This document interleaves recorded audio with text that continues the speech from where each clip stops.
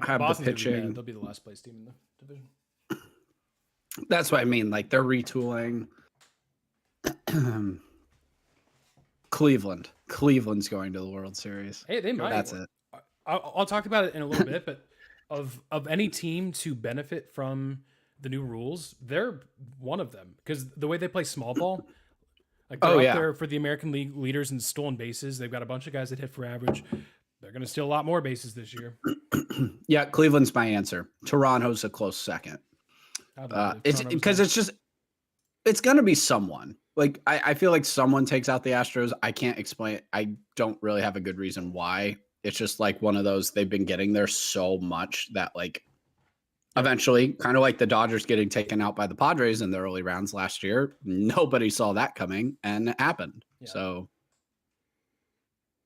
let me go.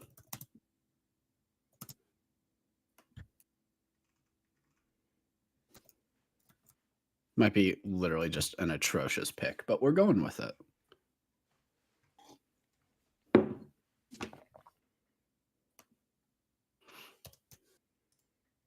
Also, I'm like totally good to go whenever you're ready to go.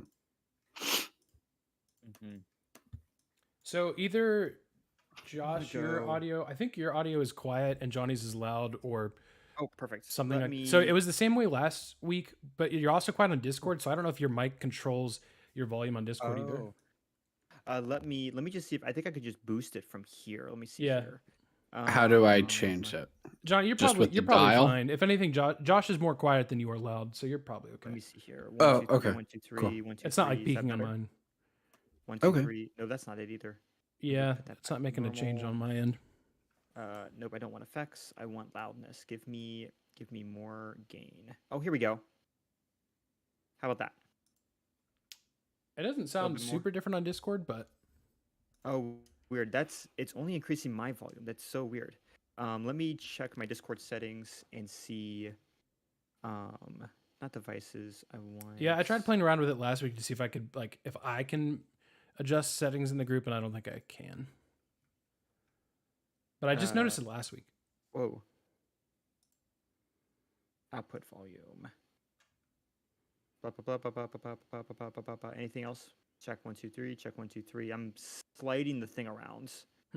Check 1, 2, 3. Check 1, 2, 3. I assume the mic's in generally the same place it always is, or has been for 103 episodes. Yeah, for the most part, everything's been plugged in like it should. Let me. Weird. I can also just boost. My playback, recording. That's all in. Let me just see. Let me play around in Audacity too and see. Yeah. I wouldn't think Audacity would change anything, but it wouldn't matter because that's also a raw. That's also a raw file. Like if I don't want to break anything, but is this that's louder for me. You actually might try the recording volume in Audacity. Might. Well, of course that didn't probably change anything for Discord. I don't know. Yeah, that's probably just on your side. 1, 2, 1, 2, 1, 2. I mean, I gained it up 5 decibels for the recording. So hopefully, like maybe that'll That's fine. And honestly, that works. It's just you'll be a little quiet on stream. Yeah, that's so weird. Got you. Well, I'm gonna boost it for y'all for at least for your benefit, and then I will play around as we're talking. I'll see if I can boost it a little bit in. Oh, hold on. One final thing to press. Input. Oh, hold on. Watch this. 1, 2, 3. 1, 2, 3. 1, 2, 3. 1, 2, 3. 1, 2, 3. 1, 2, 3. It's pretty much the same. Pretty much the same. That's so weird. Oh, hold on. This is why. Hold on. This might be really weird. Check 1, 2. Check 1, 2. There you are. Yep. Yeah, you're much louder now. Okay, for some reason it wasn't using the Elgato for y'all. Oh, interesting. Yeah, that makes sense. We did this all the time. Is that too loud? How is that? No, you're perfect. Yeah, that's fine. About like normal. Sweet. I wonder if that was my monitoring issue too. Check 1, 2. Yeah, that's perfect. Yeah. That was my monitoring issue the whole time as well. Oh, nice. So yeah, Apple has a weird thing where it will forget your settings. Yeah. Also, my light is flickering behind me like crazy. That's obnoxious. All right, I'm good to go whenever. All right, let me start recording. Obviously recorded, yeah. Yeah, and you might just confirm that your waveforms aren't like on Audacity aren't like jumping crazy now that you've 1, 2, adjusted settings, but they probably should be fine. Oh yeah. Now I'm peeking all over the place. Oh yeah, I was gonna say you might check that. Putting the game back down. Oh my gosh. Drop it a little bit more. 1, 2, 3. This is quite the evening. I've got like a rave happening up Yeah. here. This is a good time. Yeah. I'm just gonna Oh. How do you set up? I must need new light bulbs, apparently, is what my light is telling me. By the way, YouTube, hello. I haven't said hi to you yet, but hello. Check 1, 2. Check 1, 2. 1, 2. Wow. I'm gonna drop this a little bit. Okay. Is that better? I'm just gonna watch it for a little bit because I'm close to peaking. But I should be okay. Yeah. Obviously, I can adjust volume to a certain extent, but yeah, if you're like YouTube, while they're discussing technical issues, tell me your least favorite body armor flavor. Mine might be blue raspberry. Now that I'm tasting it for the first time. Body Armor, I like you, by the way. We would love a sponsorship. What's wrong with their This is not good work. What's their blue raspberry doing that's so egregious? It's not like the worst thing I've ever had. So this is the problem with shopping at Sam's Club. Although, once again, I will say I love Sam's Club. But when you buy a variety pack of something in like 50, they always insert like the flavors that you hate with the flavors you love. Oh, they have to. So I was either going to get my fruit punch and my strawberry banana. Yep. And it used to be with the orange, like the orange citrus one. And even the blackout blackberry wasn't that bad. It grew on me a little bit. So that was fine. But now it was the strawberry banana and fruit punch with cherry lime, which sounded awful. Yeah, that's terrible. So instead of getting that one, there was a 4-pack one that, again, fruit punch, strawberry banana, but it came with blue raspberry. And the other one, what was the other one now? Tropical punch, I think.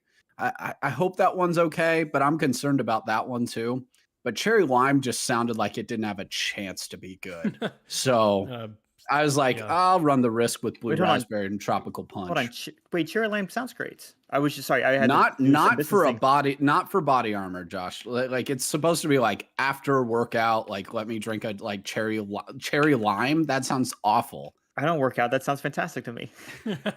I like cherry. I don't really need the lime part. Like just make it cherry, man. Listen, how else are you gonna avoid scurvy? You just worked out a lot.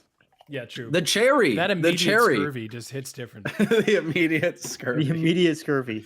Yeah. It's a well-known crisis. New band name, I call it. Yes. Immediate scurvy. A well-known crisis in our country is scurvy. Yeah, it's true. All right, I think I'm ready if you guys are. Any questions on the show notes at all? No, oh gosh, I am still peaking. Sorry. Hold on. Let me just try that. 1, 2, 1, 2. We got time to play around. Make sure it's all good. It's just so, hold on. It could be the one that usually makes the biggest difference is that microphone in the top left of Audacity. For what it's worth, I've got mine at, now granted my mouth is directly in front of my microphone, but I have mine at like 6.61. I don't know if that's helpful, but when you say 0.61, in Audacity, right below like the play button, there's that microphone with the kind of scaling bar. Yeah, with the active like meter on it. Yeah, so my meter's at 0.61. Like if at least I'm on Windows, maybe it's different. But if I hover over the kind of blue dot, it'll tell me what my recording volume's at. And just for reference, mine's at 0.61. I don't know if that's maybe different for you because you obviously. Yeah, I was gonna say there's slightly different things, but I understand enough. Yeah, I'm at recording level 6% to not peak, which seems really low. Yeah. But we'll 1, 2, 3. Let's try this. Am I back up? Yeah, that seems safe for now. Okay. So I'm not peaking. Hello. Yeah, I'm not peaking there. Sweet. So. And if if we find out later that it's not like super good, at least we have your audio fixed on the stream, so that we've got a backup if we need it. Good. Okay, I think we're good. I'm gonna stop this recording. That way you don't have a bunch of random noise. Sounds good. Yeah, I'm gonna start a new one. And you're recording. Yep, we're good to go. All right, I'm recording. 3, 2, 1. I'm recording. Sweet. Sports. Time for sports. Sports. All right, let's do it. It's sports o'clock, everyone. Let's go. Welcome to the Fifth and Goal podcast. I'm doing the intro this week. Yeah, go Josh. My name's Josh. I know so much about sports. We're going to talk all about them this week. Yeah, we are. The most insane Final Four we've had in a while, if not ever. Aaron, you tell us every single time. We're not going to get into business, though. Aaron, you are always so kind to ask how our days and weeks have been. So, Aaron, before we get into the business, let's talk about each other as people. Aaron, how has your week been? Well, first of all, Josh, excellent job with the intro. Thank you. Thanks for that. That was amazing. Maybe you should just be the intro guy from now on. I'll fire myself from that role. The MC. I'm just the MC. I'll just walk us back in between topics. Yeah, and make my little jokes. I was literally watching. We were watching like a Conan O'Brien thing last night. I know I just asked you how your week was, and then immediately started riffing on myself. You're telling him how his week was. Yeah, tell me how my week was. How was his week? We were watching, it was like me and a friend, we were watching like some Conan O'Brien clip or a Stephen Colbert clip. And we were like, why don't more people have like a guy who's just off to the side in their daily life who just riffs? Like, wouldn't it be so much more fun if you were just talking and then you had like a guy who was like 6 feet away from you to just like make a joke every now and then? I'd like to think that was kind of just us in college, to be honest with you. That was the service we provided for each other at all times. And we thought that each other was funny enough that we should do a podcast, and we finally made it happen. We thought our banter was not only so great that we ourselves liked it, but that everybody else on the planet would like it as well. Yeah, that we should subject the internet to ourselves. And that's what we're doing. Josh, to answer your original question, my week was good. Enjoyed the basketball. That was chaotic. As you said, we'll get into that business here shortly. Enjoyed some nice spring weather. Ohio's taunting us a little bit here and there with some nice spring weather. Baseball's just around the corner. Everyone knows how big of a baseball nerd I am, so this time of year is obviously a great time for me, but overall, good week. Awesome.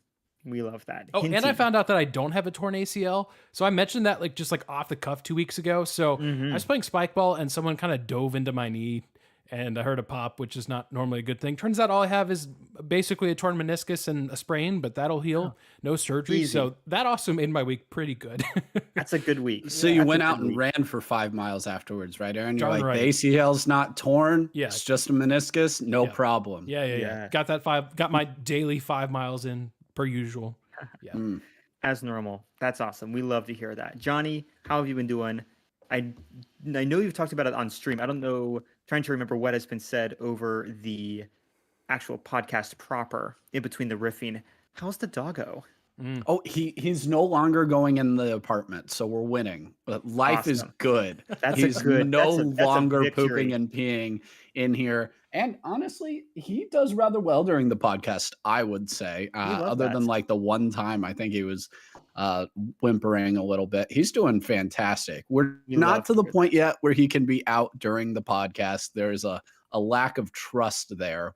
But he has been allowed up on the bed. He has broken that barrier already. So Pupper's doing good. Pupper's doing good. We love that. Jonny, I'm sure it has something to do with your calm tones during the podcast. Like you never get animated or excited about anything. And so I'm sure just like that relaxing attitude. Yeah. Easygoing.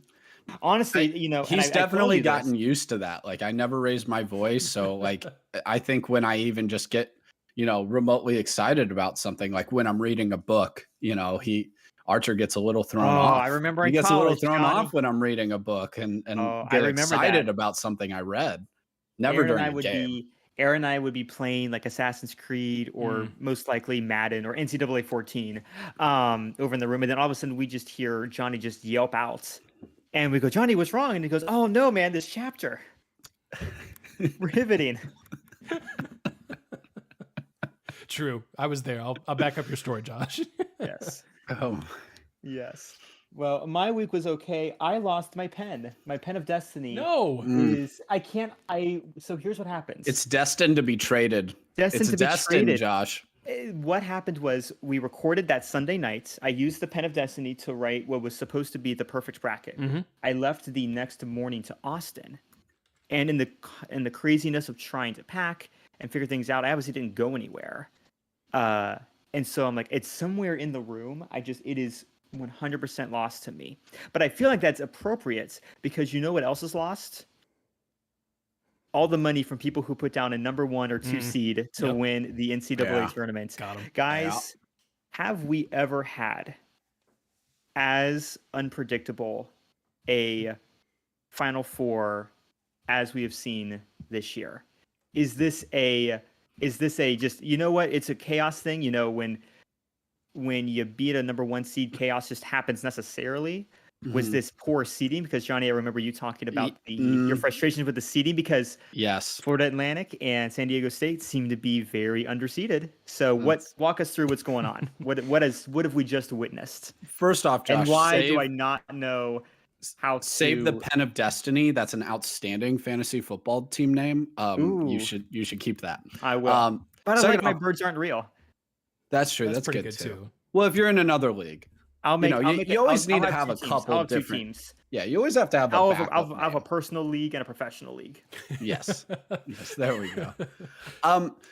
First off, let's just get fantastic tournament. Anyone who tells you like, oh, well, the ratings won't be good because there's no blue bloods here. Well, get out of here. You're the same people who defend billionaires every time like they lost money somehow because the economy dipped and they're like, oh no, but what about the billionaires? Like, no, Aaron's right. Straight to jail. Learjet, I don't know. We love this. We love this. Now, it wouldn't be the end of the world if like one of Kansas, Duke, Kentucky was here so we could all cheer against them. Yeah. That would be fine. We don't want them to win, but we could. That's fine. That's the only thing probably missing in the Final Four is there's just no villain, but we're all winners then. That's fine. This is fantastic. This is an old veteran San Diego State team that makes every team that they play hate their lives for the 40 minutes that they're on the court with them. I mean, my favorite tweet over the weekend was San Diego State enjoys rock fights more than the Rocks. And that is just absolutely correct. If they had like an outstanding scorer on this team, oh my goodness, they'd be unbeatable. They have so much length, so much energy on the defensive end that they can survive those classic Big Ten team 5-6 minutes, 1 field goal and still win. It was outstanding. We can talk about that call against Creighton if we want to. I didn't love it. When it felt like it was a very physical game and you hadn't been calling it. That it was a foul, but that's not how you had been calling the game. So I didn't like it very much, but whatever. They're here. Florida Atlantic, horribly underseeded though. Their net ranking was, I believe, under 15. They had over 30 wins in the regular season. They might not have made the field if they had lost in the final to UAB in the Conference USA title game in the tournament. Isn't that absolutely insane? Wow. There needs to be a clause in at-large bids that if you reach 30 wins, there is no question you're in the field. Thank you. There should be no question. I would argue it doesn't need to be 30. Probably 28's fine. But there's no argument here. And that was one of the games that I initially said, this is insane that you put Memphis and Florida Atlantic against each other in the first round. They're both underseeded. And in fairness to Memphis, they were up with 7 seconds to go in that first round game against Florida Atlantic. That's how nuts this tournament has been. Maybe Memphis would have done the same thing, as I actually predicted, if they had won that game. It's been a nuts tournament. UConn clearly looks like the best team of the four to me, but that doesn't, it wouldn't shock me if somebody else wins. But how fun is it? The winner of Florida Atlantic, San Diego State will be in the title game. That is so much fun. We could have a battle of South Beach with Florida Atlantic and Miami. Or it could just be like almost the longest trip ever. Both opposite ends of the country, UConn, San Diego State. Like, could you really be much further Division I programs? And you're playing in Texas. That's pretty good as far as a neutral site. Like, that's not bad. I just absolutely love it. Keys here. why are these teams here? Old, veteran, third year, fourth year, fifth year, grown men. Miami is ridiculous from the free throw line. So is Florida Atlantic. San Diego State plays outstanding defense. UConn is just, oh man. Aaron, you might want to take them. They're just so good. They played like they did the first 20 games of the season. Yes. And they had that terrible like January, February, and they've come back. And they look exactly like they did before then. All the while, several of their players who are Muslim are in the midst of Ramadan and literally are, you don't eat during the daylight. So if that makes it any more impressive, UConn also, like, what was it? They had to switch hotels because their hotel was like trash that they originally went to. And I don't know, they've had a whole lot of extra stuff going on, and it's almost like it's made them angry. They're winning all these games by like 20 points. So they're the only set in stone team. They're the team in this that I'd actually say they were seeded correctly, but they've just played to their potential, unlike a lot of the other higher seeds. Yeah, Johnny, I can take the UConn part because, again, clearly, look, raise your hand if you had Florida Atlantic, Miami, UConn,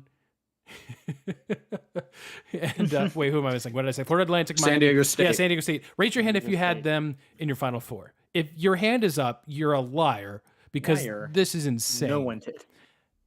It's incredible. I'm saying that now because clearly my bracket was pretty much mostly wrong. I obviously didn't have a single Final Four team right. Neither did you, probably. Except for my wife. My wife picked San Diego State in her Final Four, so shout out to Danielle for San Diego State. There you go. And shame on me. Will someone else take the bracket crown? Yeah, yes, I'm out. It's done. Yeah. It's already done. Yeah. We love it. Anyways, I think someone's got UConn in their championship as far as our... Somebody has UConn as the winner. Yeah, that's what I mean. Well, yeah. Anyways, all that being said, congratulations, that guy. I think if we had to pick a team to win it all, we're probably picking UConn. Not just because of the brand name, but because of the way they play. Very similar to San Diego State in terms of what they can do to you on defense. They're not so focused on defense like the Aztecs, but let me introduce you. If you haven't watched the tournament and you're just going to tune in for the Final Four and championship, first of all, we welcome you. But let me introduce you to a man named Adama Sanogo. This guy is just a beast. Averaging 17.1 points per game, 7.5 rebounds. He doesn't shoot the three a lot, but he shoots it at 34%. For a guy that also blocks a shot a game, he's shooting 60% from the field. He's a monster inside. So strong, so tough. Even though only 0.8 blocks, it feels like more than that because of how well he defends the paint. And oh, by the way, when he goes and sits down and catches his breath, UConn brings in 7'2" Donovan Clingan, who runs the floor like no other 7'2" player I've seen. And by the way, he does block a lot of shots, 1.8 per game, and that's in only 13 minutes. His production when he's out on the floor is unreal. Now, obviously, there's a bunch of guards. They spread the floor really well. Overall, they shoot the three well. They're a good free throw shooting team, 75% as a team, but their best guard, Jordan Hawkins, shoots it at 88%. So all of these things, I'm giving you a bunch of numbers, but obviously you can just also watch it with your eyeballs. This is a fun team. They rebound like crazy. They're talented all over, but their rebounding is really, really what has set them apart in this tournament. And I think it probably will again against Miami. We'll see. Again, we've been wrong mostly about everything, but right now, if I had to pick, and we will pick, I'll save it for our picks of the week, but I'd probably have to lean the Huskies. But don't let any of these other teams sneak up on you too, because the Owls have been amazing. San Diego State, you're right, Johnny, their defense will keep them in every game they play, and Miami's just balling out right now. Like they're unbelievable. They won't die. They shoot timely threes. Yeah, what a fun tournament. They only shot like 5 3-pointers in that game against Texas until like the last 6 minutes of that game. And it wasn't because like they weren't hitting them either, but it wasn't that. Texas came into the game with a game plan of run them off the 3-point. And Miami just said, well, sure. Okay, we'll go into the paint. Now that cost them because Texas was shooting like crazy and they're down like 14, but they just kept going. Yeah. And they were outstanding. I forget his name, and that hurts me that I forget his name. But he had like 24 points, he was like 7 of 7 from the field and 10 of 10 from the free throw line. Didn't even miss on Miami. I mean, Isaiah Wong and those guards are just, again, Miami won't die. I'm a little disappointed because I really wanted to see UConn face that Texas team. I thought that was going to be an outstanding matchup. And if that happened, I still might have somehow won the bracket challenge with one Final Four team. That was actually, I didn't have the nail in the coffin until that Miami comeback occurred somehow. Don't ask me how my champion lost in the lost in the Sweet 16, and it didn't matter. I still had a chance. Maybe that's how all of your bracket groups look. Probably whoever actually got like one Final Four team probably won the bracket group. So congratulations to that person. It's probably UConn, but I've seen a few San Diego State people running around. There's definitely no one out there who put Florida Atlantic. And if you did, the authorities are coming for you. Listen, I love the Owls, though. Yes. I'm cheering for the Owls. I hope they win. Not that I'm like against San Diego State by any means. The winner of that game will be who I cheer for in the national title game. So, man, it's just so fun. No 1 seed, no 2, no 3. We're down to a 4 with UConn. I mean, what a crazy, crazy tournament.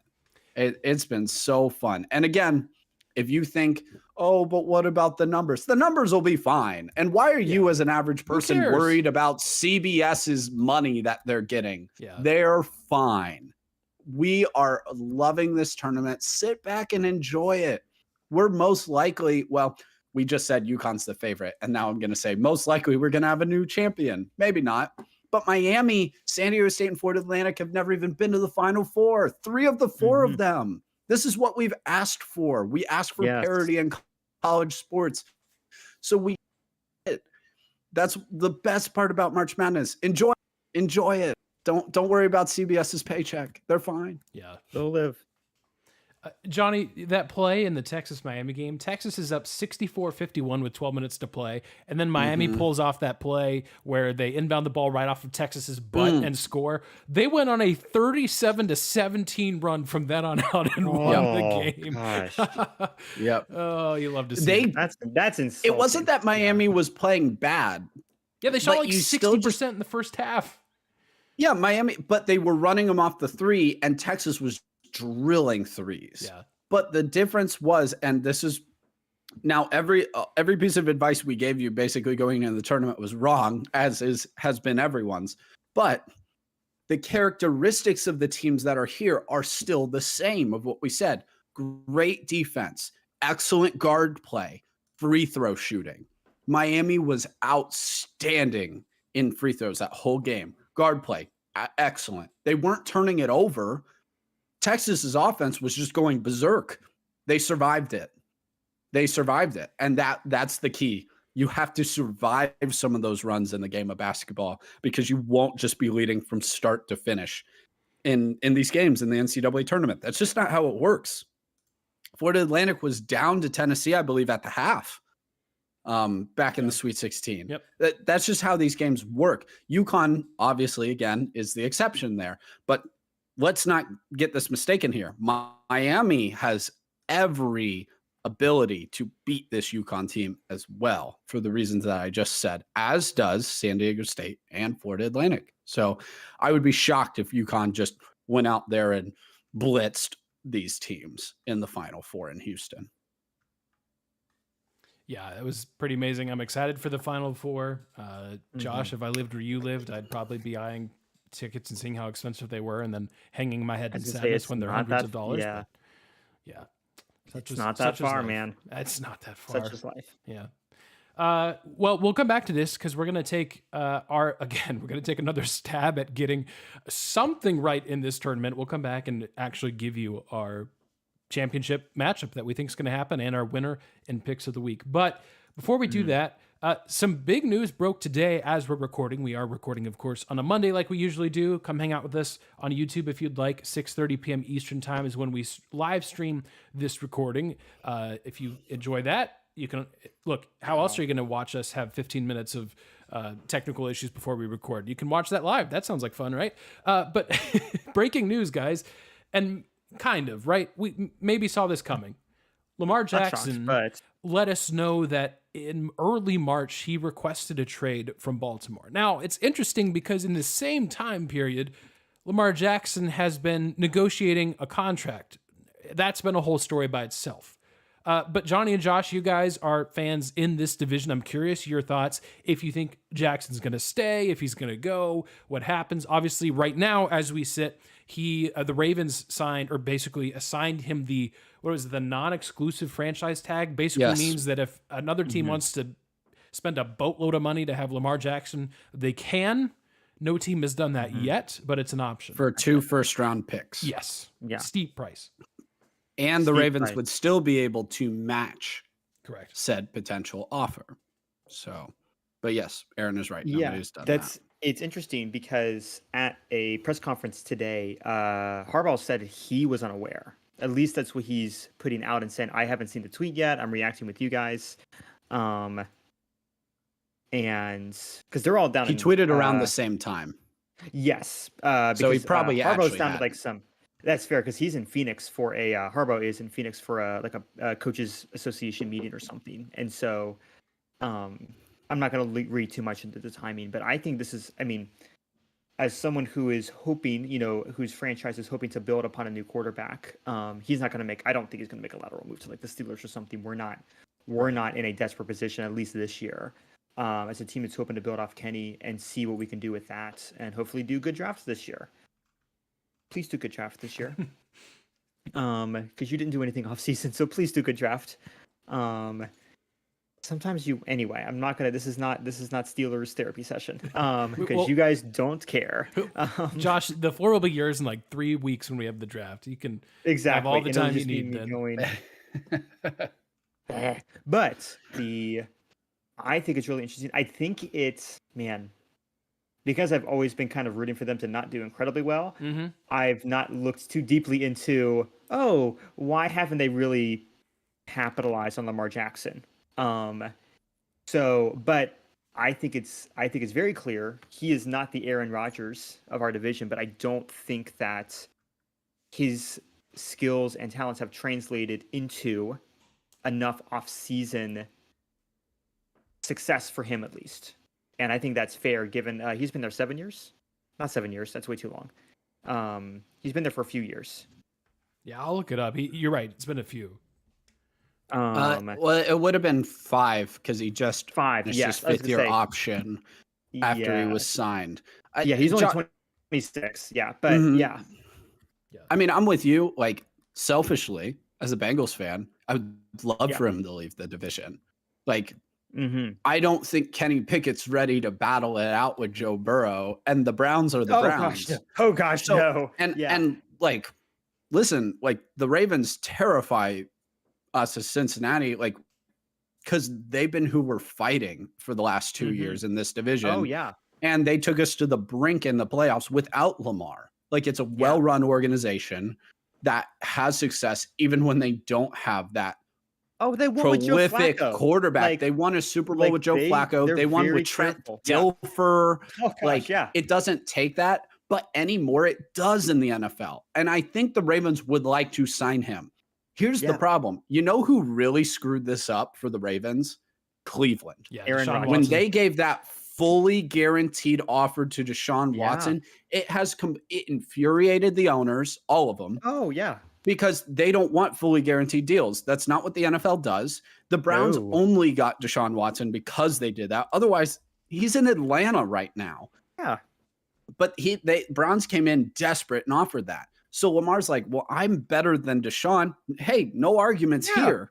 Very much so. The Ravens' perspective is, well, why would we let the Browns base the value of the quarterback position? Yeah. Why would we base the valuation of the position off what Cleveland's doing? Yeah. Lamar says that's not my problem. But so I can really see both perspectives here a little bit. Yeah. Lamar Jackson been hurt the last 2 years, right? Like, he's been hurt and he hasn't won enough in the postseason. So those are valid issues. Those are valid issues. Baltimore's offered him, in my opinion, reasonable compensation. But Lamar wants that guaranteed money, and he wants a long-term deal. There's still a compromise to be had here, probably a shorter deal with more guaranteed money. But honestly, with this today, I would not be surprised to see, now I don't think it happens until after the draft, a team swoop in like a Washington Commanders, perhaps an Atlanta Falcons, who miss out on a quarterback in the draft, perhaps are too far back. Potentially. Yep, potentially. Now, maybe the Colts as well. They miss out on the quarterback they want, and they go swing for the fences there. Because, and Aaron, especially with the Colts, it would be after, I think, the draft as well. Because if you're the Colts, you don't want to give up the 4th overall pick. But if you make the deal after the draft and you think Lamar is going to be halfway decent for you, now instead of giving up the 4th overall pick, maybe you're giving up the 20th overall pick. Right? And so it's going to cost you 2 first-round picks. Who has the cap space? Well, Washington could make the cap space happen. Atlanta certainly does. And Indianapolis could make it happen as well.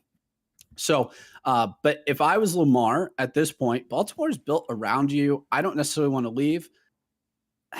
This is where you need an agent, though. I know that's been the huge storyline, so I don't want to get into that too much. But an agent does help these players out a lot. They're professional. They know what they're doing. And they kind of are a hedge of protection over the negotiations getting personal because you're not the ones talking to the team official. Now, because it's Lamar and his mom talking to the team, like, even if you sign this contract, I have a hard time believing there's zero bad blood and you can just walk away and move on. Where normally when we're talking about these negotiations, it's through a third party. And when it finally gets done, it's like, well, okay. Like, you don't really even know who your agent was talking to that much. So you're just like, oh, all right, well, that's fine. Like, the agent is kind of that buffer. It's that hedge of protection from it getting personal. The tweets today made it sound personal to Lamar. If I'm just saying where I'd love for him to go, Washington or Atlanta would be fantastic. One, again, selfishly, Bengals get out of the AFC. But also, like, I just want the NFC to be better. The NFC kind of sucks right now. And I would like for some more relevant teams. The NFC South is awful. So Lamar going to Atlanta would be great. And then Washington, I mean, Lamar barely has to move going from Baltimore to DC. And hey, Lamar goes to Washington. There's a lot of talent on that team. They could duke it out with Dallas and Philadelphia immediately. I believe in that division. So sorry that was long-winded, but it's just wild. I didn't think it'd get to this point personally. Yeah, I think trying to wrap my mind around this, because part of it is it broke at like 11 a.m. today and I was at work and then I got here and basically hit the record button. So honestly, haven't had a chance to really even see like, what does his contract mean if he gets traded? What kind of value does a guy like Lamar Jackson have? I think the point about him being so injured the last 2 seasons is really the point that sticks out to me, because when he's healthy, and that's kind of a big if considering his lack of health the last 2 seasons, but he's obviously a top 10 quarterback. There's a argument, a pretty easy one to make potentially, that he's top 5. But we just haven't seen that for 2 seasons. So if I'm a team if I'm the Commanders or the Falcons, and if you get him for like a year, and as long as you're not leveraging a bunch of your young talent, why not take a pass? Like, maybe it works and maybe he wants to stay. So why not go for it? But if I'm a team that's like right on the edge, like Detroit, there's been all these rumors, and I don't think rumors isn't probably the right word. I'd say speculation is a better word, saying, hey, Reddit Detroit's boards. got all kinds of draft capital. They made a bunch of moves in the offseason, so the draft, I don't want that. That's not a need for Detroit. It's not a need. Now, the potential, yes, it's way, way up there.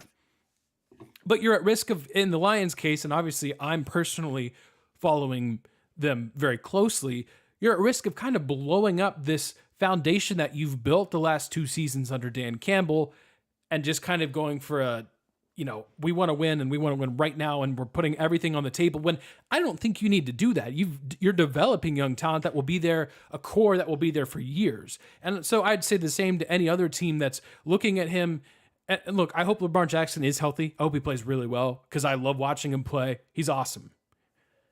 But there's significant risk depending on what you give up in a trade for Jackson. So I don't know because of that if he gets traded. But then again, it doesn't seem like he wants to stick around Baltimore. So if you're the Ravens, don't you want to try and get something for him? I think we'll obviously know more as the days and weeks go on. And as you're right, Jonny, as we get closer and closer to the draft. But it's a really fascinating situation. And from a team that's contended for the playoffs or made it several times in the last few years, like this isn't, I mean, Aaron Rodgers, the reality is the Packers weren't relevant last year. The Ravens are relevant, even with a backup quarterback. So it's very interesting. Very interesting.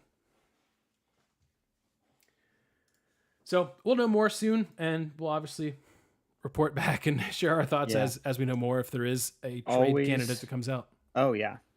Always have an agent. Please do. Especially me. This is me telling future Josh whenever I make it rich, whenever I become rich and famous in football. Hire an agent first. Do not represent yourself. Have an agent, man. It's slipping my mind, but there's a baseball player who like just signed a big deal again, and he's his own agent, and he's just killing it. And it's going to drive me. I'll look it up and figure it out. But that's an anomaly. It's also easier. It's an anomaly, and I would also say it's easier in sports where more money is guaranteed. Yeah, like it just is, right? Like it just is in baseball and basketball. Yeah, in football, that's the biggest negotiation thing that goes on with most of these deals. Is not the overall money, it's how much of it's guaranteed and when is it guaranteed and what year is it paid out. That is really what most of these negotiations come down to. So yeah, it's just a different animal. Yeah. Well, I couldn't find the answer I was looking for, but speaking of baseball, guys, it's a great time of year because opening day is on Thursday. Baseball is back, and honestly, baseball's kind of been back the last couple weeks because we did have the World Baseball Classic. I touched on it a little bit last week and the week before. I don't know if you guys watched the final, the World Baseball Classic final. It was unbelievable. United States, Japan, everyone going into that game, we knew there was a possibility that Mike Trout would face Shohei Ohtani. And not only did it happened in the 9th inning with 2 outs, and Shohei Ohtani got the best of his teammate, Mike Trout, struck him out. Team Japan wins the World Baseball Classic. Ohtani, just unbelievable. And I know it goes without saying, like we've seen this in the major leagues for a couple years now, but Ohtani is just unbelievable. Insane. In the same game, is just crushing the ball all over the field and is throwing 102 with the slider that by advanced metrics was the second best pitch in all of baseball. There was only one pitch that was better. His slider, second best pitch in all of baseball. He's unbelievable. So that goes without saying. The World Baseball Classic was a smashing success. You have Connor McDavid in the NHL, their best player right now with the Oilers, was watching the World Baseball Classic and was telling reporters after, like, hey, we have to have something like this in the NHL, or really kind of a World Cup of hockey, if you will, because that's what this is, a World Cup of baseball. So that aside, now we turn our attention to the Major League Baseball season. So as the resident baseball nerd, I'm here to kind of give you a quick baseball overview. So if you are a baseball nerd like myself and you want to learn more about the season, or you just like following it, whatever, we're going to be releasing our Major League Baseball preview, ideally before this episode even comes out. So that should be on our website. It's actually kind of a preview magazine, a digital magazine that you can go on our website, read for free, download. It might take a while because there's going to be like 100+ pages of information. So make sure you go check that out. Guys, I'm excited. I think we're going to have a really good Major League Baseball season. So let me just kind of walk you through a couple things, and we can talk about whatever you guys want to talk about baseball-wise. But let me go through my division winners first and kind of set the table for some of the contenders you're going to see in Major League Baseball this year. So at the AL, we'll start in the American League. The Yankees are going to be there, right? Aaron Judge is coming off of a 62 home run season that set a record for the American League last season. So hard to imagine what he can do for an encore, but he's going to try. The Yankees, per usual, loaded up. They've got what they think is a good rotation. Their bats are solid. That's a good team, well-rounded. I've got them projected 97 wins, most in the American League. They're going to be my 1 seed. But just behind them is the Houston Astros. I've got them at 95 wins. I've got them winning the American League West. Now, it's a better division than it has been, but I do think Houston wins the West. I think they get back to the World Series again. Now, Jose Altuve, one of their best players in the World Baseball Classic, got hit by a pitch, broke his wrist, so he's out for a couple of months. So that hurts. There's no Justin Verlander on the roster. He won the Cy Young at 39. Just insane. Apparently Justin Verlander and Father Time have just never met. So they lose him. They bring in, look, the Houston Astros, I think they'll be fine. I've got them reaching the World Series. We have not had a repeat winner since the New York Yankees won back-to-back-to-back World Series in, I think, 97 through 99. So it's been a while. I don't think the Astros win it, but I think they get there. In the Central, last year's Cinderella team, the Cleveland Guardians, I've got them at 94 wins, winning the American League Central. The fun thing about the Cleveland Guardians is they are an old school team, meaning they play small ball. I believe they were second in the American League in stolen bases last year. They were first in batting average, which, given the new rules in baseball, that might help them even more. Stolen bases are going to be easier to come by. The shift is gone. Jose Ramirez is excellent. They've got a lot of really, really good young talent. Steven Kwan, Andres Jimenez. So watch out for that team. Also, Shane Bieber and Tristan McKenzie are maybe one of the best 1-2 punches and as far as the top of the rotation in baseball. So there's your quick American League. I'll throw it out there too. I've got Toronto and Tampa Bay reaching a wild card out of the American League East, and I've got the Mariners returning to the postseason with 87 wins. And that's my kind of playoff picture there. As I mentioned, I've got the Houston Astros in the World Series. I've got them beating the Yankees to get there. Now over to the National League. The National League East was insane last year. You had Atlanta, the New York Mets, and the Philadelphia Phillies all competing. Well, the Phillies not so much, but really the Mets and Braves, both. I think the Braves ended up winning the division with over 100 wins. It's going to be an excellent division again. There's key injuries, though, on just about every team. Atlanta, not as much injuries, but they lost Dansby Swanson. Their closer's injured for a little bit. But New York Mets got hit with an injury also in the World Baseball Classic. One of the best, maybe the best closer in baseball, Edwin Diaz, got hurt, freak injury after a celebration. So he's done for the season. So that puts, that hurts the Mets. But the Mets brought in Justin Verlander. The Mets basically spent $1 billion on their roster over the next few years. Their owner, Steve Cohen's like, I don't know if you can buy a championship, but darn it, I'm going to try. So we'll see what happens with the Mets. Yep. The Phillies will be there too. They added Trey Turner, who, again, World Baseball Classic reference, just hit all of the balls for home runs, every single one of them. And he steals a bunch of bases. He's a great 5-tool player. So Phillies also loading up in what should be an excellent division. I've got the Dodgers winning the West again, 99 wins. They're my top seed in the West, but I've got the Padres getting to the wild card, and I've got the San Diego Padres doing some damage. More on that in a little bit. In the Central, I do have the St. Louis Cardinals winning that division with 90 wins. Their lineup's going to be really good. Their pitching is going to be questionable. Adam Wainwright pulled a muscle during a workout during the World Baseball Classic, and he's expected to miss the first month or two of the season. So I worry about the Cardinals rotation. They're going to give up some runs, but they're going to also hit a ton of runs. Paul Goldschmidt, Nolan Arenado, those two especially, Lars Nootbaar, throw him in there. Really good lineup for the Cardinals. So that's kind of my best teams. But I want to address something that happened in the offseason. We've talked about it, the rule changes in baseball. We kind of approached it from the perspective of, hey, here's what this will do for the game. Is this a good thing? Is this a bad thing? Will the fans like it? The reality is, on Thursday, these rules get implemented in the regular season. And now that we're through spring training, we have a bit of a reference as to how these rules will play themselves out. The big one is the pitch clock, and it's expected to shorten the game time. It did in the minor leagues, and it did in spring training. Johnny's pumping his fist, so I think overall, yes, this is going to be a good thing. Because the average time for a game in spring training last season was 3 hours and 1 minute. This year, it was 2 hours and 35 minutes. That is a 26-minute reduction. That's significant. The other item, I guess it's kind of two items rolled into one, is you have a combination of bigger bases, and pitchers are only allowed to pick off throws over to first base or over to a base to try to stop a runner from stealing a base. Oh man.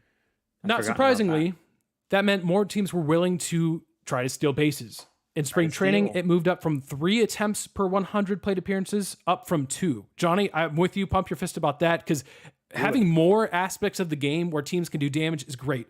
The success rate has also gone up from 71% to 77%.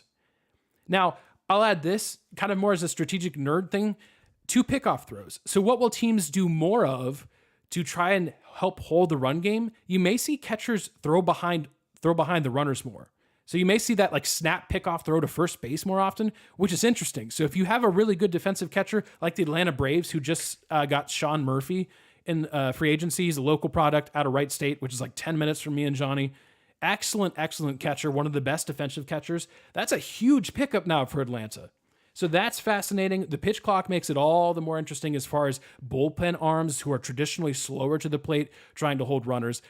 We may see a big uptick in stolen bases, even more so than what we're seeing in spring training. And I think that's very interesting. So I've got one more point to make, and then I know this has been a long rant, but I'm trying to get through a bunch of different things that are happening this season quickly. Last thing. I talked about Mike Trout and Shohei Ohtani at the very top of this blurb that I'm in the middle of. The 2 best players in baseball are on the same team. And in the last 10 years, that baseball team has made 1 playoff appearance and they got swept. Shohei Ohtani, with the Angels with Shohei Ohtani, have not only not finished first, they haven't even finished second in the division. They've been third or worse. Somehow the Angels are managing to not ruin the careers, because certainly they're the number 1 and 2 best players, but ruining their postseason potential. Well, guess who's a free agent at the end of this season? Shohei Ohtani, who will probably, in all likelihood, sign the biggest contract in Major League Baseball history. If the Angels have a bad start to this season, you have to consider trading Ohtani to get something back. You have to.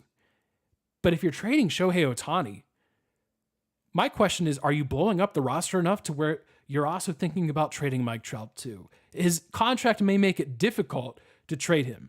But consider that the fact that his contract was signed 3 or 4 years ago, and while it's still a steep price, contracts are only getting more and more expensive.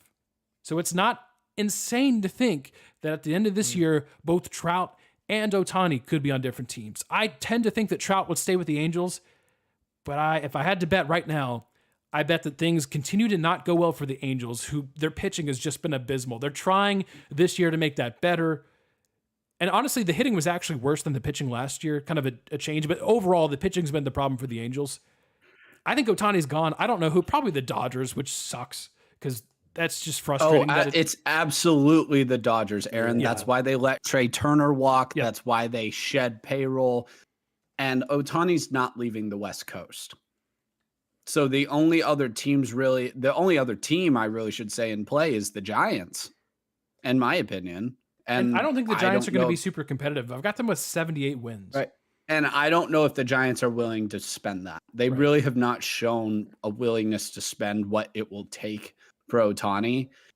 But has anyone done a worse job of surrounding stars with talent than the Angels since the Cleveland Cavaliers with LeBron the first time?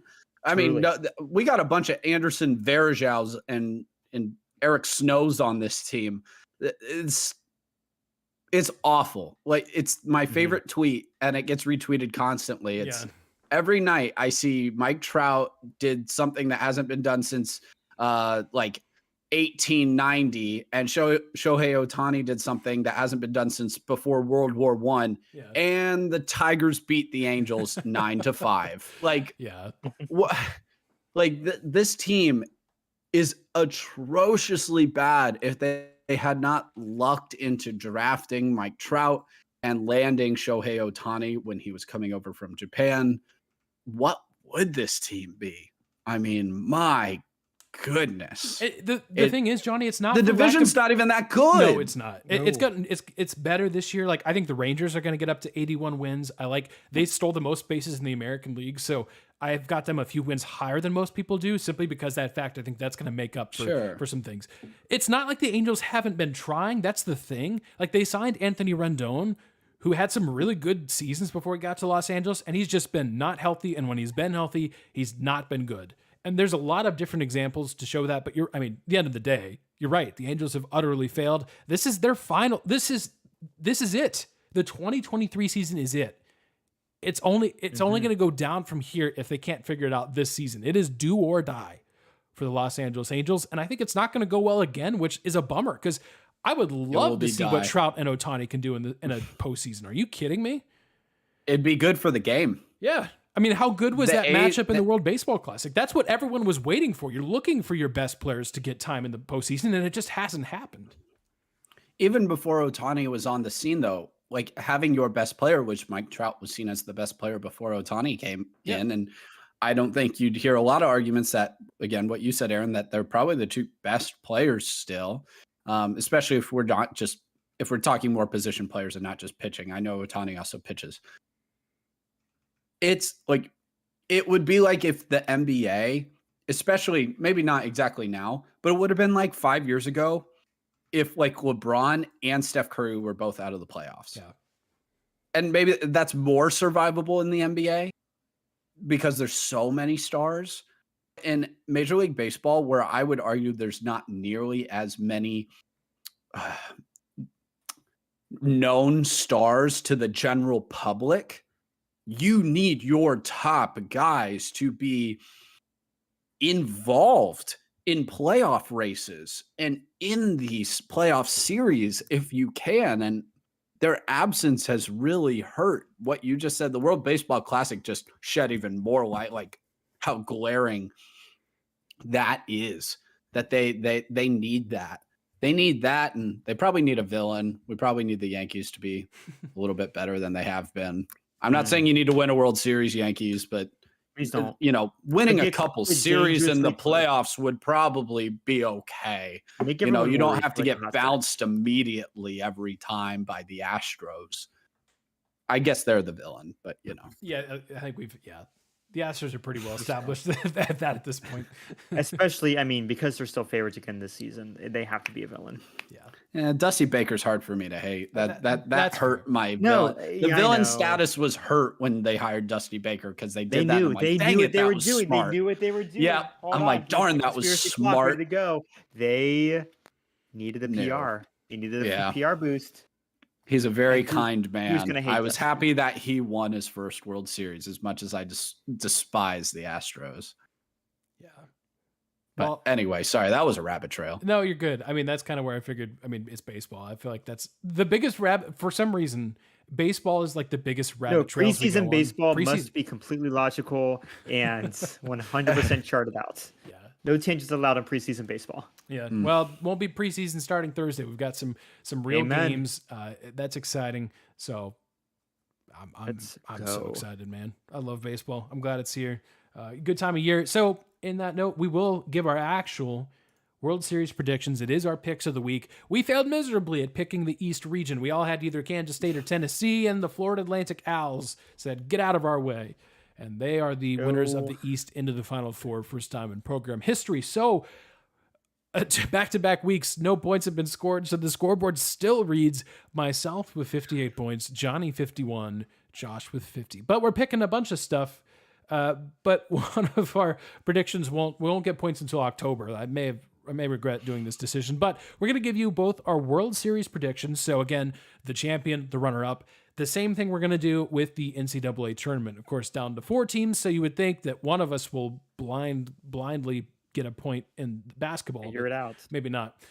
So we have... I'll start with the World Series. So I mentioned I've got the Houston Astros making the World Series again. I think that'd be the 5th time in 7 seasons. But I've got the San Diego Padres beating them. Now, the Padres did relatively well in the postseason last year. They beat the Dodgers. That was really notable. I think the same thing is going to happen. I think the Padres are going to finish below the Dodgers in the regular season, but they're going to find a way to get through it in the postseason. I really like the Padres rotation. It's a solid mix of pitchers. Their bats are going to be incredible. Juan Soto, Manny Machado, Fernando Tatis is back. There's a couple other players that I think are going to make a big impact. I like the Padres to win the World Series. That's my pick. Padres over Astros. And then in basketball, I've got UConn winning over Florida Atlantic, though. I'm going to take the Owls to beat San Diego State. So give me the Owls, but give me ultimately the UConn Huskies. All right. So I'll start with basketball. I also have UConn. So Huskies, I apologize. And I don't think any of us picked Miami. So congratulations, national champions. Jim Larinaga. Love that. Money outstanding. Yes, take it to the bank, everybody. But I have UConn, and I have UConn over the Aztecs. I do think the length, the size can match up with Florida Atlantic. I think it will really hamper them. I bet it's a really low scoring affair, right? I mean, they'll be able to slow the game down as they have been able to in every matchup so far this tournament. But I think UConn in the final has too much firepower coming from too many different positions and too many different places, inside, outside, wing, that San Diego State just won't be able to keep up with the UConn offense in that title game. So I do have the Huskies over the Aztecs in the championship game. When it comes to baseball, I'm a little more wild, random in my selection, mostly because in the past it's been almost like, well, how do you not pick the Astros and Dodgers to play each other in the World Series? And that very well could happen again this year. But I chose to be a little bit more fun. March Madness has me in a mood with a bunch of upsets and a bunch of wild things happening. All the rule changes, who knows? I think the Guardians are an outstanding team. They have pitchers that grow on trees. If they can just get a little bit more hitting, it's all about the bats. If they can just produce a little bit more offense, they play a lot of small ball, then they are going to be incredibly difficult to beat with that starting rotation in the postseason with all of those pitchers. They'll probably have two more that you've never heard of that come up in this regular season. So I have them making the World Series this year. I think the rule changes, Aaron, I think you mentioned this before we started the podcast, will help them as well. Just needing to generate a little bit more offense, stolen bases, just the elimination of the shift will be critically helpful for Cleveland. And I have them facing the Cardinals. Why? Because I think the National League's a bit of a crapshoot in reality when it comes, not that anybody could make it to the World Series. I think there's like 8 different teams that have a viable chance really to make it through the National League to the World Series this year. So I think the National League's going to be a blast to watch this year. That'll be really fun. I do have the Guardians beating the Cardinals for the pitching rotation. So Cleveland, congratulations. Ooh, I like it. You've made it. I'm going a little bit oddball here simply because I know what the odds are and I want to try and pick against them because that's fun. I'm taking FAU over UConn. Oh, nice. Josh, I hope you're right. I want you to be correct. This has been, and it's because I'm trying to redeem the fact that Tennessee did exactly what they said they were going to do when I picked them. But the FAU has definitely punched above what their seeding was. And again, we've talked about how they were most likely underseeded. However, there is I don't hate UConn, but I want a team that hasn't been here before to win everything. And I have to I just in my heart have to. They've recovered themselves from the weird, unsportsmanlike late dunking. Totally fine. Everyone makes one mistake. You're allowed. Let's go Florida Atlantic. Nice. And go Owls. Go Owls. Now, for the World Series, I'm trying to be nice and trying to figure out who else I might pick for the AL. I gotta go Astros. I'm not seeing maybe Yankees, like maybe Blue Jays. Blue Jays won 91 and 92 games, I think, the past 2 seasons. Like, that's not insignificant. I don't mind Toronto, but right now I just don't see. I mean, even with them losing Justin Verlander, I don't see the Astros significantly dropping off, at least enough to make me worried. Jonny, like you said, in the changing environment of the game, you need at-bats. And you know who led the league in strikeouts last year. As the Mets, baby. And so only Josh sees that as a positive. They struck out the most last year. World Series. Let's go. It's all about the Mets. No. The other way around. Oh, like they threw the most strikeouts. Yes. Okay. Oh, okay. That would be really funny. I'd respect the take though. Let's see who led in batting the Angels. Of course they did. 1,539. Naturally. Yeah. So I like the Mets for the NL. And you know what? They lost Edwin Diaz, but they gained Verlander. Yep. You know what? We're doing Mets over Astros. Sorry, Dusty. You please move to a different franchise so I can root for you again. So I'm taking Mets over Astros. Nice. Yeah, Josh, that's so interesting too because Jacob deGrom is also gone. He's he's no longer with the Mets. So that's an interesting story. That's partially why I've got the Texas Rangers with more wins than I do. But he only pitched like 80 innings last season. Like injuries are now a really big deal for deGrom. When he's healthy, I think it goes without saying, probably the best pitch. Well, maybe not without saying, but it's an easy argument to make that he's the best pitcher in baseball, but he just hasn't been healthy. And they're bringing in Verlander, who was just insane last year, 39 years old. I think they gave him like a 2 or 3 year contract, but they're spending the most, so they better do something in the postseason. Yeah, $364 million, I believe. Oh. So they better buy them what they're hoping. Yeah. Francisco Lindor is an interesting case study if we're talking about new rules, because he has not been the same player with the Mets that he has been with the Guardians. But maybe, I know, a couple more stolen bases, maybe the ability to hit for better average, maybe that's what he needs. So we'll see. I'll say this before we move on. The Braves, I think, will be right in the mix too. I've got the Braves in the NLCS. Ronald Acuna Jr. is still 25 years old, and he's already made 3 All-Star appearances. I'm telling you, he's maybe a 40-40 guy this year. That means 40 home runs, 40 stolen bases. I'm telling you right now, Acuna, assuming he's healthy, but he's a year removed from that ACL injury, he's going to have a monster season. That'd be my NL MVP pick right now, Ronald Acuna Jr. Monster season loading for him. But all right, well, we'll see how wrong we are in October. Can't wait for some team that none of us listed to win the whole thing. So looking forward to that. But thanks for the picks. Congratulations, Yankees. I don't know. Yeah, exactly. Oh, no. I'll pick the Yankees just to stop that. Yeah. But hey, no one picked the Reds, so maybe the Reds have a chance. Congratulations, Pirates. Do you want me to start with what I'm following then, Aaron? Yeah. Keep it in the same We'll keep it in the same sport, Johnny. What are the Reds going to do this season? Nothing. Absolutely nothing. Oh gosh, maybe shed more. Maybe they'll find a way to shed more payroll. I don't know how, because I believe they don't owe anyone any guaranteed money past this season. So I don't know if it's physically possible to shed more payroll than the Cincinnati Reds have. Let me start off positively.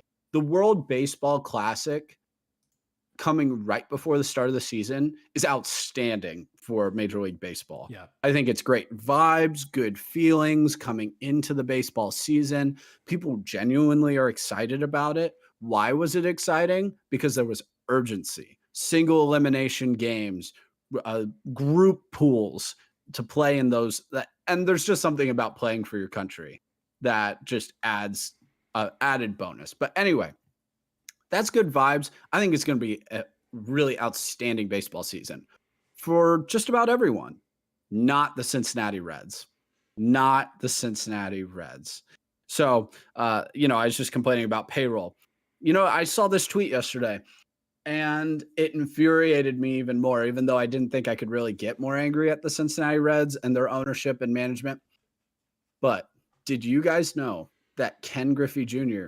is still being paid by the Cincinnati Reds? Not like for marketing or like as an advisor. You Team USA and all the players were like in awe of him just even in the cage, like taking pitches. No, he's the 4th highest paid Reds player for this season. For this season. And you're like, wait, what on earth? Ken Griffey Jr. retired over 10 years ago. Yes, I understand. They have in baseball, it's kind of weird. You can prolong the deal to continue to pay players well after they have retired or left the team. And so they did that with Griffey. So it's not so much that he's still on the payroll that bugs me. He's the 4th highest player on the payroll. I mean, I didn't have the time to look back and see like when this last contract or extension was signed to make this happen. But like Aaron was mentioning earlier, like contracts just keep increasing. So like, it's not that he's on the payroll. It's that he's the 4th highest paid Reds player. Reds ownership, please, I beg of you to sell this team. You are the only reason that I really am not looking super forward to this baseball season. And I desperately want to have hope and be able to enjoy baseball and be looking forward to it. But I'm just waiting for Thursday to just get smacked in the head with a hammer, because that's what this team's going to do to me, probably immediately, because they're terrible. And they're terrible not because of it's not the players' fault that they're terrible. It's because the ownership is cheap. They're cheaper than anybody except maybe the Oakland A's. And they have a legitimate excuse, unlike the Cincinnati Reds. And management's terrible. So please sell the team. I beg of you. I would like to have hope and be able to enjoy baseball throughout the summer and not have to like pick a secondary team to do so. I have a running bet with another Reds fan that they won't even win 70 games this year. And I really think that's pretty solid. The only reason they'll win some games is because the Pirates are in their division, who are also terrible. But with the new interleague play rules, they play the Pirates less than ever. Yep. So there you go. There's my rant on the Reds. Please stop ruining baseball for me, Castellinis. You are the worst. Jonny, I agree with everything you just said. Can I try to give you some hope a little bit? No. Can I try? It doesn't have to succeed, but I can try. Okay, it won't succeed, but you can try. I'll try. I'm with you on the wins. I've got the Reds with 68 wins. And ultimately, I'm siding with you as far as the hope. The Cincinnati Reds will have a 3-headed monster at the top of the rotation that are all rookies from last year. Hunter Green threw harder than just about any other pitcher in the major leagues. I think he had the most pitches over 100 miles per hour. Then there's Nick Lodolo, who's got good stuff as well. Both of those players really caught on towards the end of the year. Overall, a little bit of a bumpy season, but to be expected for rookie. Then Graham Ashcraft, who's had a great spring. He'll pitch 3rd. That's exciting. Ellie De La Cruz, one of the Reds' big-time prospects, may not start the season with the club in the majors, but he'll get there quickly. The Reds have the 4th best farm system right now. So there is some hope in terms of there's a lot of young players that are potentially exciting for the Reds. But ultimately, Jonny, I'm with you because it comes down to the fact that, hey, when it's time for Tyler Stevenson to sign his contract past his rookie deal, when it's time for Jonathan India to sign or have an extension past his rookie deal, or any of the pitchers I just named, do you really have faith in ownership that they're going to keep them? I don't, because every single all-star that's walked through Cincinnati the last 5 or 6 years are all gone. Joey Votto is the only one remaining. And he's hurt already. He'll play. He's already on IL. He's starting the season on the IL. Yeah, he'll be back pretty soon, but you're right. I know. Yeah. But, yep. Nope. You're right. There's lots of talent. Whenever he retires, just give the team to him. Don't Reds fans don't fall in love with any of these players. Don't do it. It's only pain. Yeah. Only pain will you find. One of them's gonna get good. They're gonna get probably. Yeah. Never. Sorry to be so negative, guys. You know what? I'll uplift us. Here we go, guys. You want? Oh yeah, uplift us. Aaron. I'll uplift us. Ohio State women's basketball beat UConn in the Sweet 16. Yeah. That's the first time in forever that UConn has not made at least the Elite Eight, if not the Final Four. So shout out to the Ohio State women. They take on the top seeded, not overall, but one of the number 1 seeds, Virginia Tech, tonight in like an hour. So go Bucks. But in that tournament, I know we haven't spent nearly as much time on the women's tournament. The women's tournament's been fantastic. Caitlin Clark with Iowa. We've brought her name up before, but she deserves it again. Caitlin Clark, in guiding her team to the Final Four, her team being Iowa, put together the first 40-point triple-double in men's or women's NCAA tournament history. She accounted for 70 points if you count her points and assists. She's unbelievable. She's got range like Steph Curry. She's got vision like, I don't know, Magic or whoever you want to compare her to. She's just unreal. So if you haven't tuned into this tournament at all, at least tune in when Iowa's playing, just so you can watch her, and probably tune in when South Carolina's playing, because they've just, for the most part, curb stomped everybody they've faced. And look, that's probably going to be the end result of this tournament, that South Carolina runs the table, goes undefeated, national championship. But it's been awesome. So go Bucks, go Caitlin Clark. She's been incredible. She deserves a lot of attention for the kind of play that she's putting out there on the floor. Guys, welcome to Chess Heads. Let's go. It's a podcast, another podcast. No updates. I thought there was an update. I will occasionally follow all of the latest and greatest in non-main podcast sports, which is anything and everything. We've done food. We've done e-scooter racing. And today's a classic one. It's man versus nature, the ultimate sport. Wisconsin. We know the state. We love it. Aaron Rodgers doesn't love it anymore, but they got cheese. How are you gonna hate them? Well, they get snow a lot, and their Department of Transportation, I believe in Madison, bought 4 new snowplows, and they let the public name them. Oh, let's go! Yes. And so I have the list here. Some of these are fantastic. Have they already been named, Josh, or is they've this already been still named? I'll tell you what okay. the winners are, and I'll runners up were, and you'll decide whether or not they made the right choice. So for a quad axle brine truck, so one of the ones that actually pre-salts the road, what won? Well, I'll tell you what some of the ones that didn't win. Or actually, how do you guys want this? This is democracy. What do you guys Let's want? start with the ones who lost. I have an idea. Josh, do you have like a list like side by side of winners and losers? I do, yeah. What if we play a game where you give us one, don't tell us, but give us a loser and a winner, and we decide whether it won or lost. Does that work? Oh, absolutely. Right, we can totally do that. All right. We're always down for a good competition around here. So, Jonny, I challenge you to a plow naming competition. There are 4 trucks. I will give you 3 names from each. You tell me what the winner is. Okay. First one for this quad axle brine truck. You have Brian Cranston, Barbara Salters, or Saltimus Prime. Oh, it's got to be Saltimus Prime. Yes, it's got to be that Saltimus one. Prime won. Tell me. Saltimus Prime won. That's the best one. Oh, let's go. That's the best one. Yes. The boys were not going to allow that to lose. They were not going to allow it. I mean, it barely beat out LeBron James.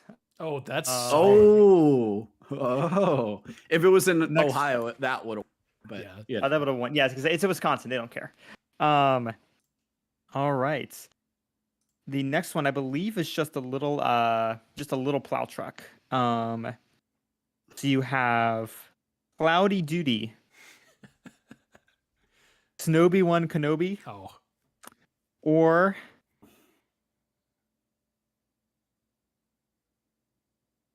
there's trying to find Austin Plowers. It's Snowy One Kenobi. Yeah, it's got to be that one, right? You guys are good. This one, that was the clear majority. Yeah, absolutely. The TV show just came out this year. The other teams didn't have a chance. Exactly. All right, we have what they call a double wing plow. So it's basically the big triangle that shoves snow in either direction. What everybody thinks of when they see a pretty much. Exactly. You have Dolly Plowton. You have Kung Plow Chicken. Oh, I do love that. Wing Cosby or Justin Timberflake. Oh, this is the hardest one. This is the hardest one. This is the hardest one. It's easily the hardest. Josh, could I get a? Absolutely. You had Kung Plow Chicken. That's my vote. You had Dolly Plowton. It's kind of fun. You had Wing Cosby or Justin Timberlake? Where's Justin Timberlake from? Is he from Wisconsin? That's a good question. It's probably not from Wisconsin. Seems relevant to the answer. Yeah, he doesn't. Oh, no. You put 2 Tennessee people in this? Oh, no way. I'm with Aaron. Kung Pao Chicken. Kung Pao Chicken? Sorry, guys. It was Dolly Parton. Really? Well, I thought that was not by good. A clear majority. It barely beat out Blizzo and Pushy McDrifty Flakes. But at that point, that's just a tired stereotype at this point. I love that still though. I don't know what that says about me, but I still love that one. Amazing. And then finally, you have a standard, just like a bucket, a bucket one. You have Scooby-Doo. Oh, I do like that. Giannis intends to scoop snow. That's incredible. That I was wondering if they were going to attempt to get one with Giannis. I don't care what the other ones are. I'm voting that one. I don't care. It's so difficult. Seymour Pavement. Okay. Or Burt Reynolds. It's got to be Giannis. If we're in Milwaukee, say the Giannis one again, Josh. Say the Giannis one again. Say the Giannis one again. Giannis intent to scoop snow. It's got to be that one. It's so good. It is that one. It should be the first one, I would say. No, that's too good. This one was the most disappointing for me because Seymour Pavement won. No way. And what? That's Giannis the worst one that you said. It was of all like 12. I told you it was the worst one. Wait, this is Wisconsin, right? How did Giannis not win in Wisconsin? Giannis intent to scoop snow. It came in third, and what? I'm like, you guys don't deserve Giannis. Giannis is now on the trade block.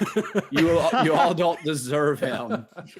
Oh, like nothing. I mean, Sylvester Stallone is not as great, but that's still okay. solid. That's better. It's still solid. Like I'm trying to think of anything else here. Winged Victory, Drifty Doodah. No, Slushaby Baby. That's dumb. Like I think what happened was if this was the fourth one to be voted on, people just got looked and didn't keep looking. Yeah, I know. It is only. It's the third. Yeah, of the 4, it is only the third most popular. So.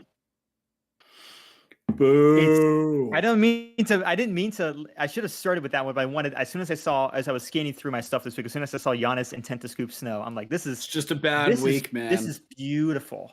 And sorry that we have to end on a downer, but yeah, Wisconsin, you are getting 100% absorbed into Canada if you keep it up. Yeah. Frankly, we'll go down to 49 real quick. Maybe we'll extend Iowa, man.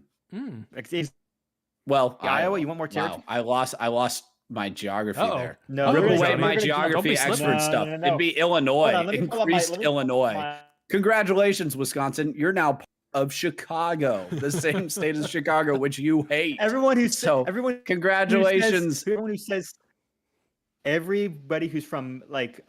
Milwaukee who says they're from Chicago, congratulations. Now you are. They hate that. So congratulations, guys. You're now part of Illinois. Wow. We did it, everyone. By the way, I'll end on another kind of depressing note, mostly in Josh's neck of the woods. We told you about the Mavericks, right? We kind of warned you. It's really falling apart there. So we'll talk more about that. We're getting closer and closer to the NBA playoffs. So that's probably a preview for next week. Maybe we can dive into that a little bit more as we approach the final week of the season. Talking yourselves into Kyrie Irving. He's not going to help. The only potential person who can save Kyrie Irving is LeBron James. That's it. Yeah. All right. Anyway. That wraps us up for episode 104. We thank you for listening. As always, we thank you for the support of this podcast. We'll be back next week at some point. We're not totally sure the timing because the championship is on Monday night. Why is the championship on Monday night? You could do a Friday night and Sunday, but whatever. Anyways, doesn't matter. But yes, we appreciate you listening to us. We'll talk to you guys next week. Enjoy the baseball. Enjoy the Final Four. We'll see you guys next week. Have a good one.